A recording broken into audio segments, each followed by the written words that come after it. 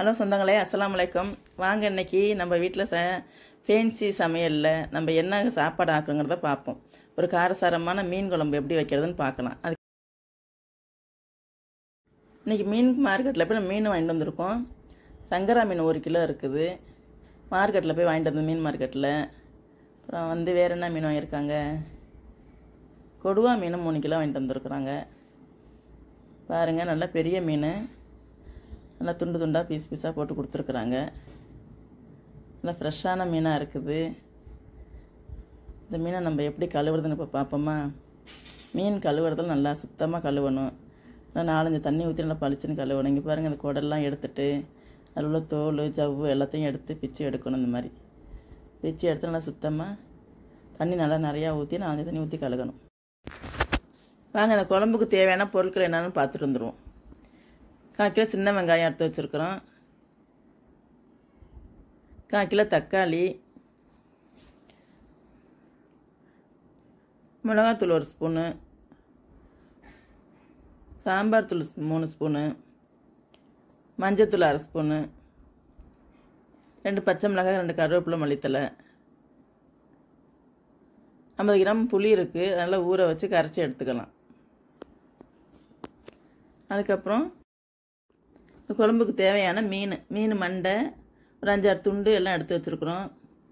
மீன் மண்டை தான் நல்லா குழம்புக்கு நல்லா ருசியாக இருக்கும். அதனால் மீன் மண்டை எடுத்து வச்சுருக்கோம். தேங்காய் அரைச்சி வச்சுருக்குறோம். 1/2 மூடி தேங்காய் நல்லா பேஸ்ட்டாக அரைச்சி வச்சுக்கணும். மாங்காய் 1 எடுத்து வச்சுருக்குறோம், குழம்புக்கு தேவையான மாங்காய். இப்போ சட்டையை வச்சு எண்ணெயை ஊற்றி தாளிப்பு எப்படின்னு பார்க்கலாம். சட்டையை வச்சு ஒரு 50 மில்லி எண்ணெய் ஊற்றிருக்குறோம். வெந்தயம் கொஞ்சம், ஜீரகம் கொஞ்சம், இது ரெண்டும் நல்லா வெடிக்கட்டும். நல்லா பொரிஞ்சதுக்கப்புறம் வெங்காயத்தை போட்டு நல்லா கண்ணாடி பதம் வர வரைக்கும் நல்லா வதக்கிக்கிறலாம். நல்லா கண்ணாடி பதம் வர வரைக்கும் நல்லா வதக்கிக்கிட்டு தக்காளி போட்டுக்கலாம். 1/4 கிலோ தக்காளி எடுத்து வச்சு தான் அதை போட்டு நல்லா வதக்கிக்குவோம். அது நல்லா வதங்கினதுக்கப்புறம் 2 பச்சை மிளகாய், 2 கருவேப்பிலை, மல்லித்தலை அதையும் போட்டுக்குவோம். குழம்புக்கு நல்லா வதக்கி விடுவோம். நல்லா வதங்கினதுக்கப்புறம் அதுக்கு கொஞ்சம் உப்பு போட்டுக்கலாம் வதங்கிறதுக்கு. நல்லா வெந்துருச்சு. மிளகாத்தூள் 1/2 ஸ்பூன் போடுவோம்.